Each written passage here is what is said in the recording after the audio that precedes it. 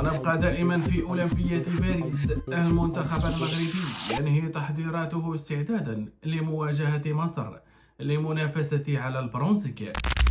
اختتم المنتخب الوطني المغربي الأولمبي تحضيراته أمسا الثلاثاء استعدادا لمواجهة مصر الغد الخميس في مباراة ترتيب ألعاب الأولمبية المقامة حاليا في باريس صنف كرة القدم.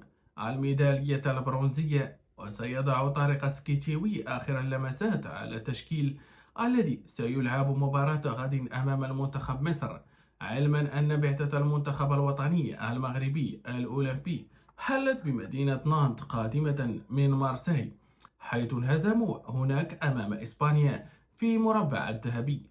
ويطمح طارق سكيتشيوي ومن معه إلى تحقيق الميدالية البرونزية، حيث لم يسبق للمنتخب المغربي الأولمبي المنافسة على إحدى الميداليات بعدما اقتصرت المشاركة السبع الماضية على دور ثاني في نسخة 1972 في ميونخ.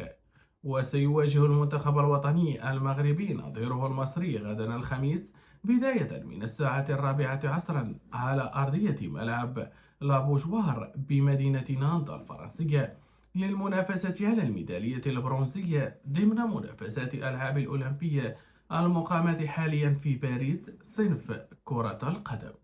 هذا كل ما دار وجال وانتشر في كل وجل المواقع والجرائد الإلكترونية. ندعوكم للاشتراك في قناتنا والضغط على زر الجرس. قناتنا قناة MA Today.